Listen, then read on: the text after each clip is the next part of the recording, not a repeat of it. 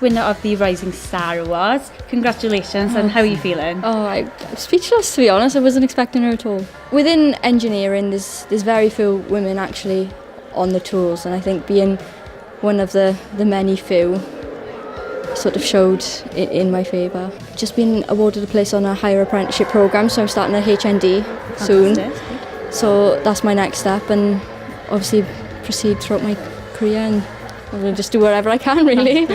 And we also have the sponsor of the award here, PwC. What attracted you to sponsoring this award?